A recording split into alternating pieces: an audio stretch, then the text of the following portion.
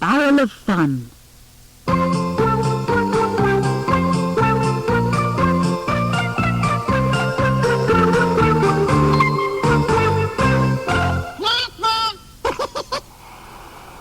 Sometimes Seymour the baby seal gets bored with swimming about in icy water, catching a fish and then swimming about again.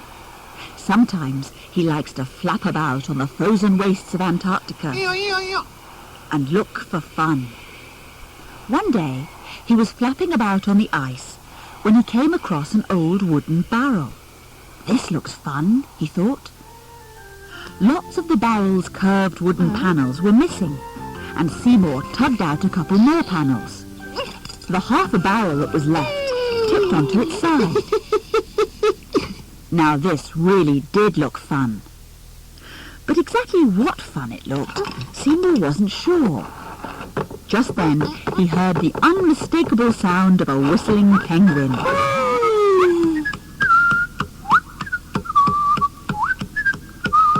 It was Pingu. Seymour was delighted to see him. And the two friends greeted each other joyfully.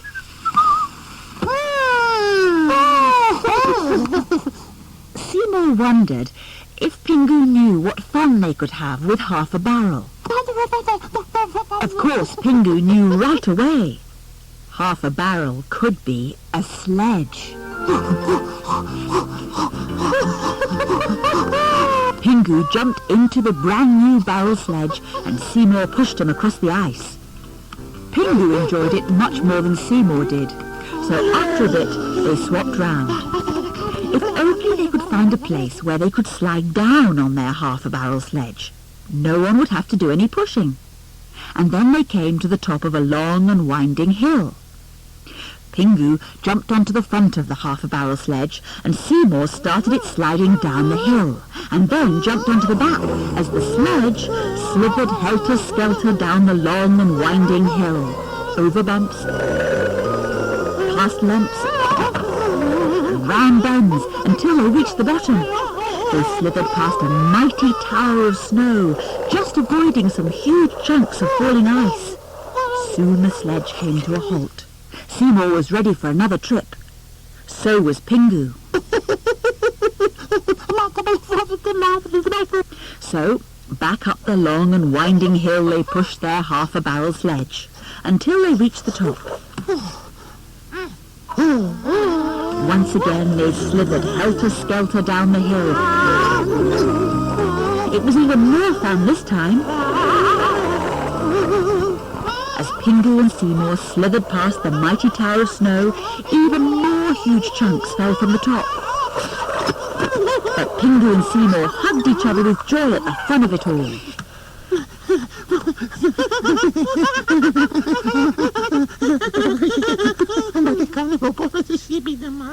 Seymour thought they could have an even more exciting ride. This time, he flapped his way alone to the top of the long and winding hill. There he found a long and winding rope. He tied one end round his middle and rolled the other end down to Pingu, who tied it to the half a barrel sledge. When all was ready, Pingu jumped aboard the sledge and signalled to Seymour.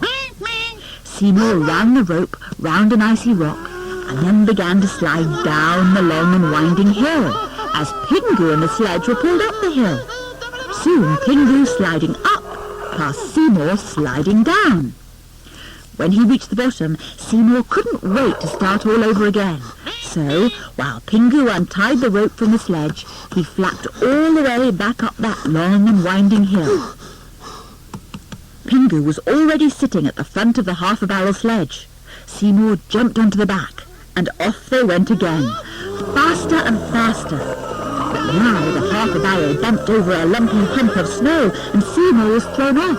Pingu sped alone down the long and winding hill, until the sledge crashed slap into a mighty tower of snow. The mighty tower collapsed in huge chunks all over Pingu and the half a barrel sledge.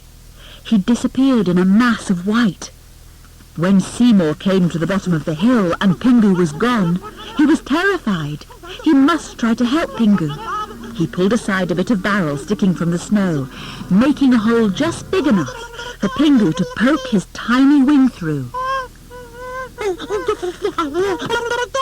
Seymour knew what he must do. He flapped his lonely way far across the icy wastes. Exhausted, he came upon the house of Mr. Penguin, the famous Antarctic rescuer. He knocked on the door and gasped out the tale of Pingu's accident. Mr. Penguin placed Seymour onto his emergency ambulance sledge and sped across the ice to the mighty tower of snow. Now Mr. Penguin knew just what to do. With a mighty heave, he raised a huge slab of snow and held it steady while Seymour crawled beneath and hauled Pingu to safety.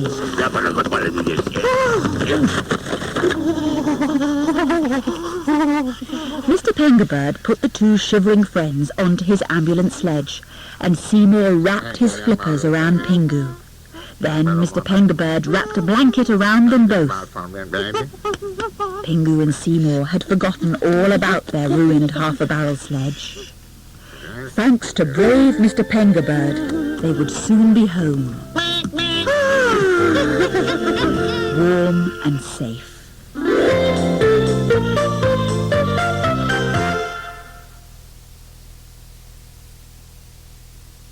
Jealousy.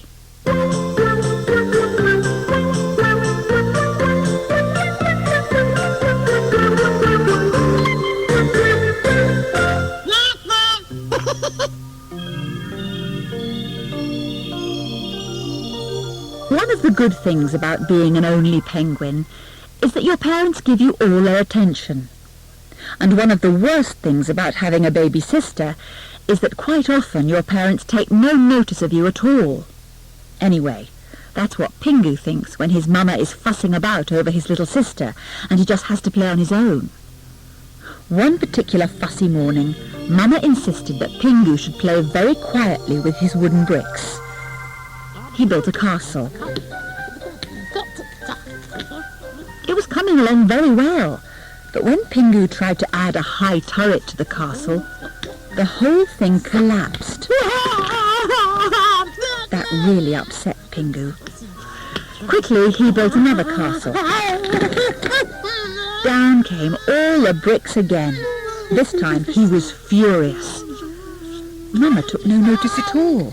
Oh no, she was too busy settling little Pingu down for her afternoon nap.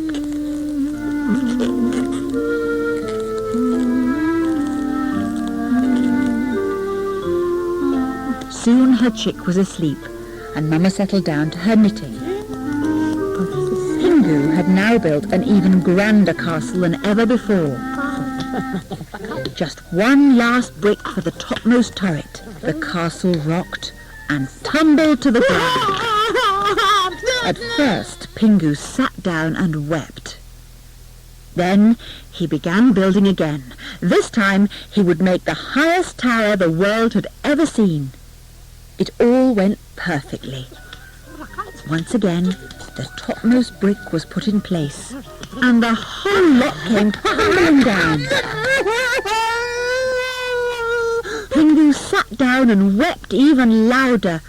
He'd had quite enough of building. He hated building. He strolled to the cradle for a look at his sister. But she wasn't much use. She was just lying there, fast asleep. So Pingu tried his mama. But she was too busy with her knitting. However much Pingu pleaded, it was no good. Pingu would simply have to go and play on his own. He had another look at Pingu, and this time she woke up. But not to play, just to cry. Mama dashed straight past Pingu and picked up the weeping chick. That Pingu, she was getting a cuddle when it was Pingu's turn. He threw himself into the cradle and tried kicking and crying, just like Pingu. But Mama went on cuddling Pingu. It seemed Pingu could burst his lungs, but Mama would rather play with his sister. Right, Time for tougher tactics, thought Pingu, and he bounced furiously up and down on Pingu's cradle.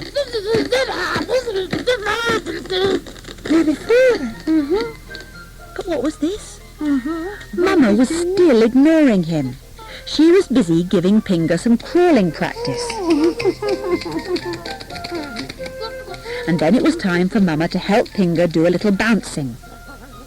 Bouncing? Pingu could show her bouncing. Still, nobody took any notice. Pingu jumped off the cradle and wandered miserably about, until he came across Pingu's pink potty. He kicked that about for a bit.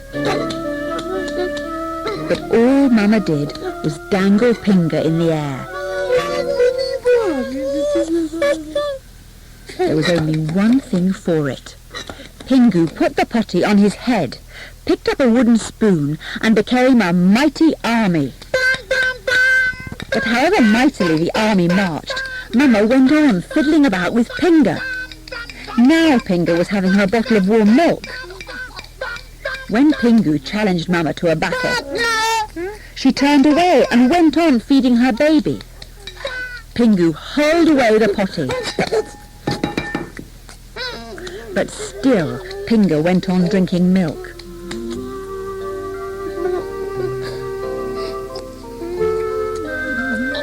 Back at the cradle, Pingu had an idea. He put Pingu's warm green blanket over his head and became a great green monster. The monster raced round and round Mama and Pingu.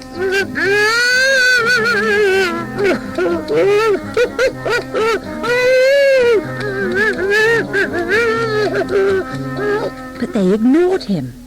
They just carried on cooing and cuddling as again Pingu trudged to the cradle. He flopped across it and pretended to be ill.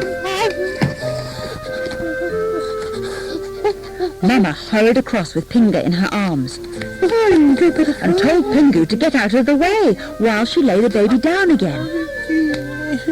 Pingu trudged to the toy box, jumped in, and felt miserable.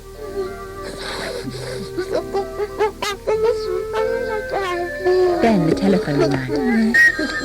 At last, Mama looked up from the cradle, and she took no notice of the telephone. Instead, she noticed Pingu.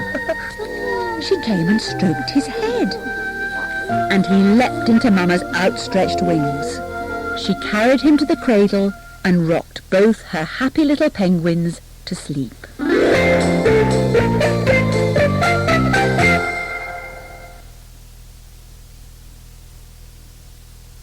Lost Baby.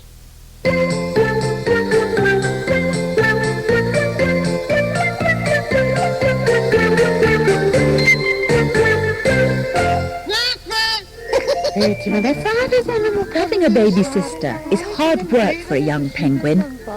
Ever since little Pingu arrived, Pingu's mama and papa keep telling him to be grown up and sensible, which he doesn't much like. One particular afternoon, it was time for Pingu to get some fresh air.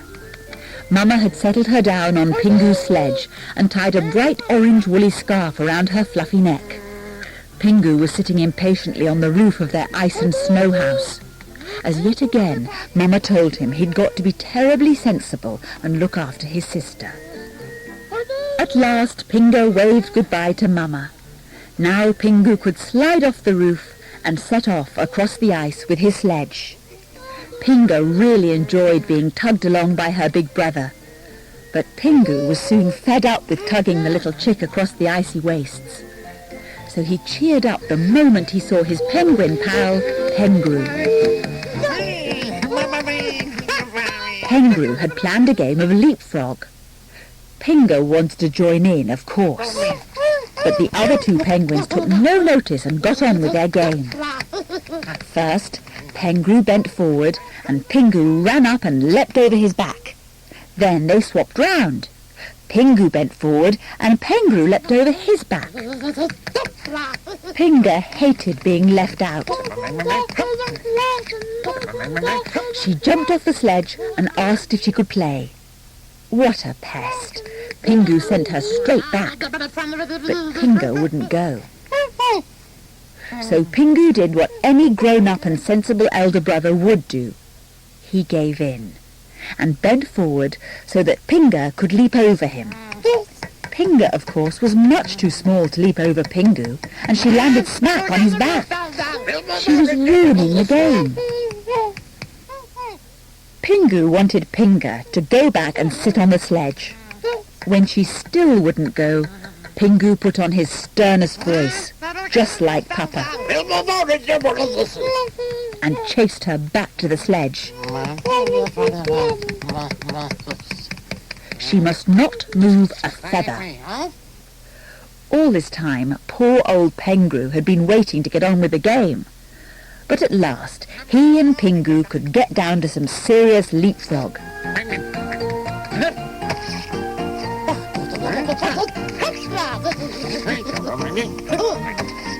Back at the sledge, Pingu was miserable.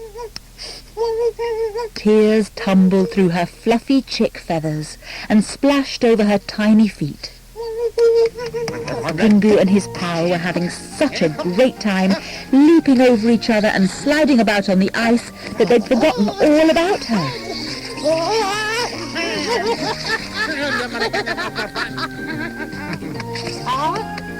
Pingu was showing off his latest skating tricks when suddenly he noticed something. Or rather, he noticed nothing. Pingu's sledge was empty. The two young penguins stared in horror. Where was Pingu?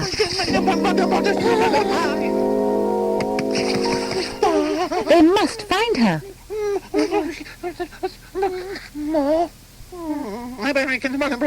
Pingu dashed off to look for her one way, while Pingu dashed off another way. Pingu searched high and low, through hillocks of snow and valleys of ice. Pingu searched low and high, amongst caves of ice and pillars of snow. Pingu's frightened voice echoed across the frozen landscape.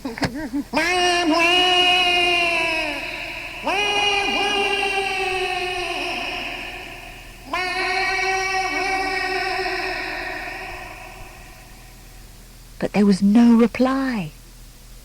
Pingu was scared. Then Pingu called him. He'd discovered tiny penguin footprints in the snow. Pingu must have been this way. The two worried young penguins followed the trail of footprints. But now they saw something orange lying in the ground up ahead. They hurried across the snow. The something was Pingu's woolly scarf. And just beyond, Pingu saw a cavernous hole in the snow. Was Pingu down there? Pingu and Pingu peered into the hole. They could see nothing but dark, distant depths. Had Pingu tumbled down into those dark, distant depths? Pingu called into the hole.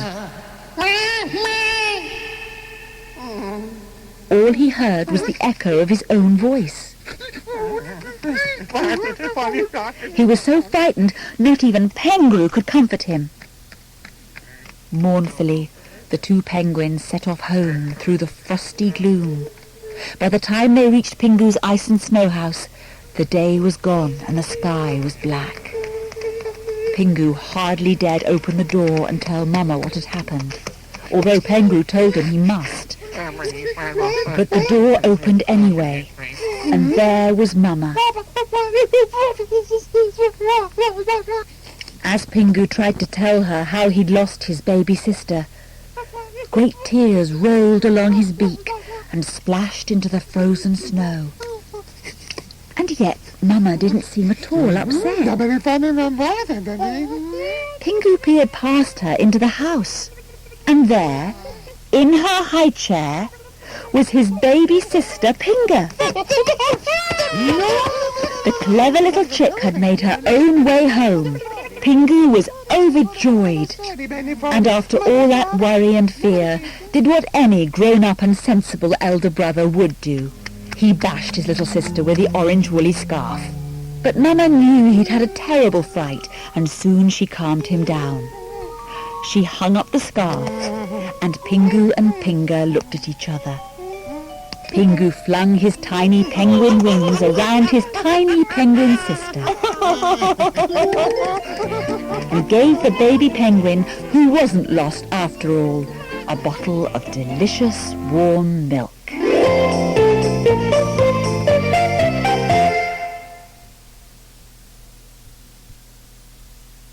Building igloos.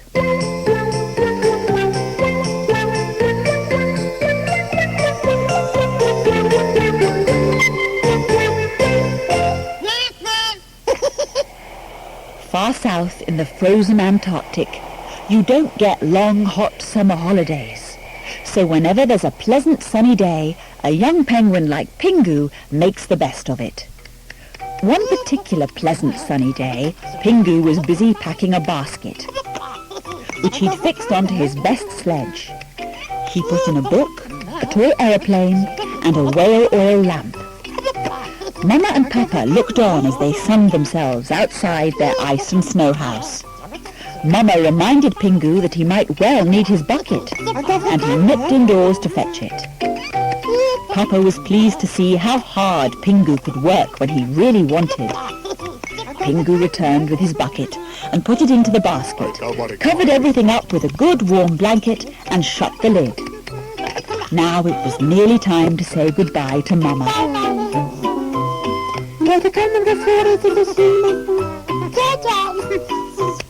And Papa,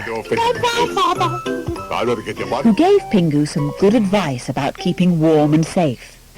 Papa also gave him the red woolly hat he'd been knitting for weeks and weeks. Pingu wasn't keen on red woolly hats. They're so itchy. But Papa insisted he must wear it, as even pleasant sunny days are cold in the frozen Antarctic. Pingu pleased Papa by obediently pulling on the red woolly hat. By now, he'd smelled an interesting smell. And Papa pointed out a row of tasty fish, hake, haddock and halibut, drying in the sunshine. Pingu sledged over to the fish and popped a pair of them into his basket. At last it was time to wave goodbye, and Pingu set off to make the best of the day.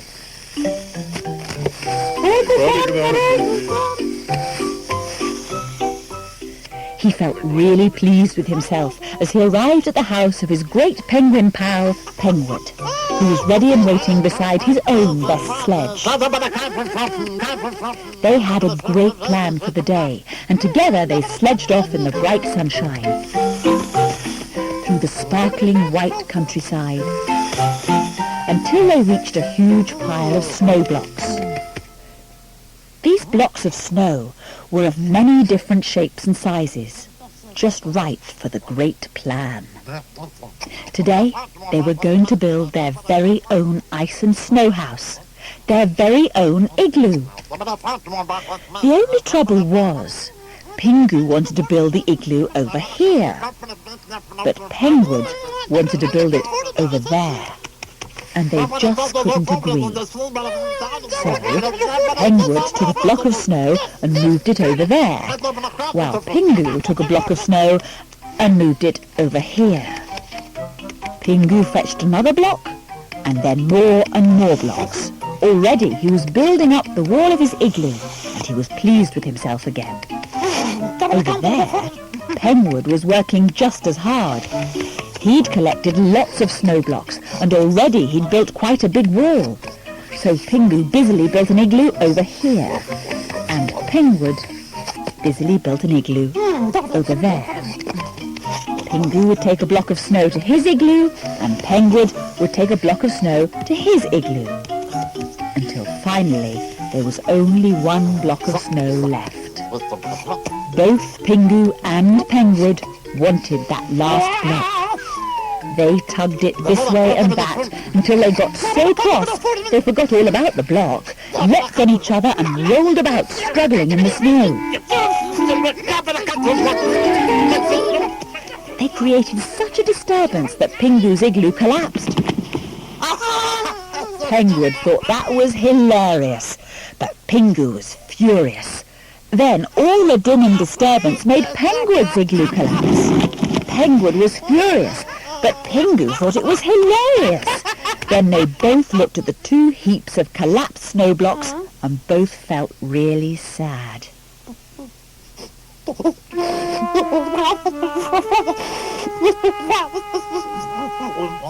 So they forgot their arguments and shook wings. Together they set to work, carrying blocks of snow from over there and from over here to what they agreed was, after all, the very best place to build their igloo.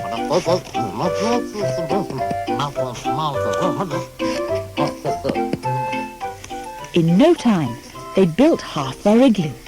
They stopped for a moment and talked about what fun it was to work together.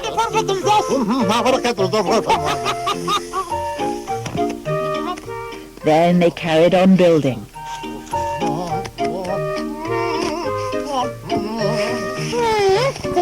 And in only a bit longer than no time, they were building the very top of the sloping igloo walls. Pingu called out for the last blocks and fitted them into place. Soon he was placing the very last block of snow onto the roof of the igloo. The 2 penguins were full of their triumph. They crawled into the igloo, tugging Pingu's basket with them. Pingu unpacked his warm blanket and his whale oil lamp, and soon the brand new igloo became the coziest ice and snow house in the whole of Antarctica.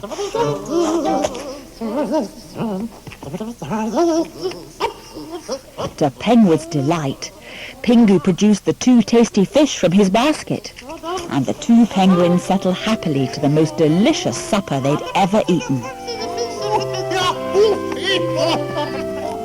So, as the pleasant sun of the day gave way to the twinkling stars of the night, a brand new igloo glowed warm and safe amongst the icy wastes.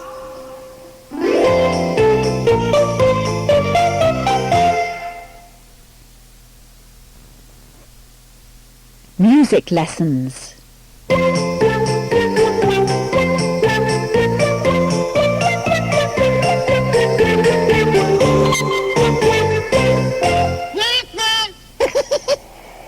Far, far away on the Antarctic ice cap, baby penguins grow up quite quickly and soon want to join in older brothers' games.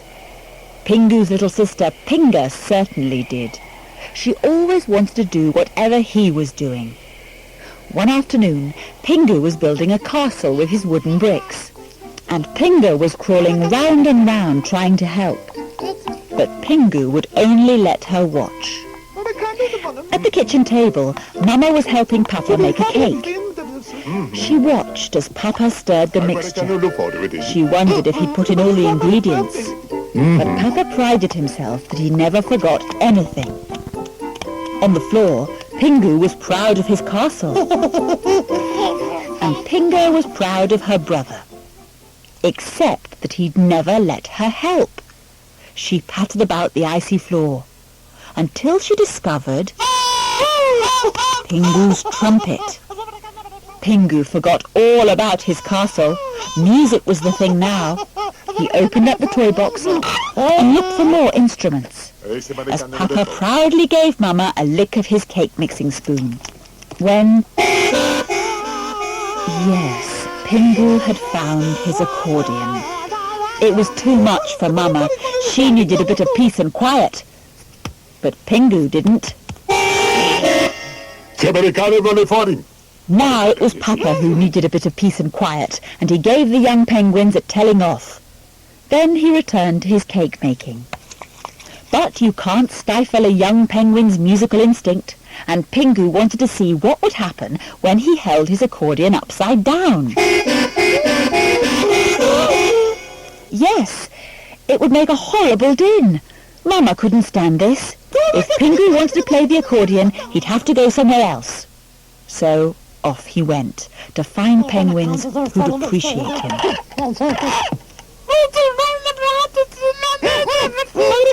Of course, Pingu wanted to go too, but Mama wouldn't let her. So of course, Pingu was upset. She sat on the floor and wept great big tears. outside, Pingu had put his accordion on his sledge and was sliding about the village looking for an audience. Near the post office, Mrs. Pengsniff was complaining to her neighbours about how modern penguin youth was nothing like it had been in her young day. They couldn't agree more. Mr. Pengu told them that youngsters simply didn't have any respect for their elders and betters. They couldn't agree more. When Pingu began his concert, the neighbours fled and bolted their doors and windows. Pingu was amazed. Didn't anyone in Antarctica appreciate music? He tried a slightly different tune. But nobody came to listen. He tried another. But the street remained deserted. So Pingu put his accordion back onto his sledge and went in search of someone who could help him. At the far end of the village lived the brilliant musician Professor Pengelson. As Pingu approached his house, he could see the great penguin sitting in the frosty sunshine, his accordion on his knee. And the professor greeted Pingu with his favourite tune.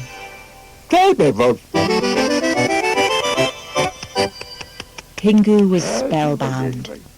The professor asked Pingu to play something on his own accordion. But he was horrified at what he heard.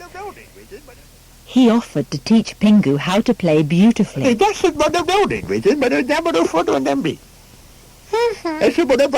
The professor showed Pingu how the tune should begin. And Pingu tried to copy him. Pingu had got a few notes right, and next time he got a bit nearer. The professor was pleased, and so was Pingu. Then he and the professor played together.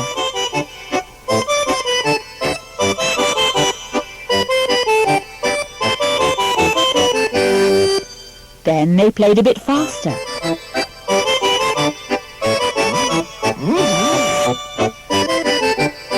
As the professor encouraged Pingu.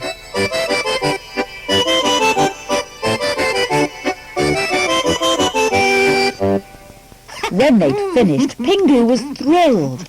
He couldn't wait to get home and play his tune. The professor wished him luck as Pingu sped back over the snow.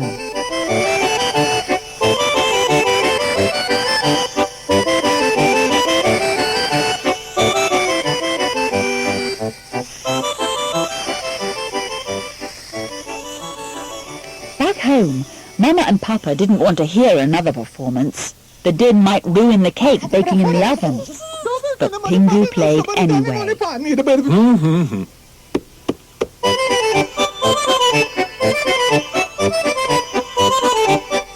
And it seemed he really had learnt to play his accordion.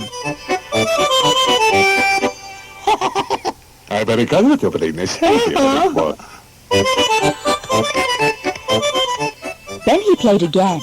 Pingu found a stick and joined in.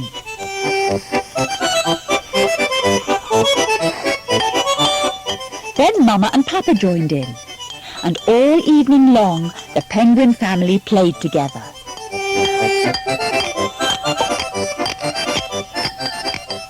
Until Pingu smelled a strange smell. Yes, Papa's cake had burnt.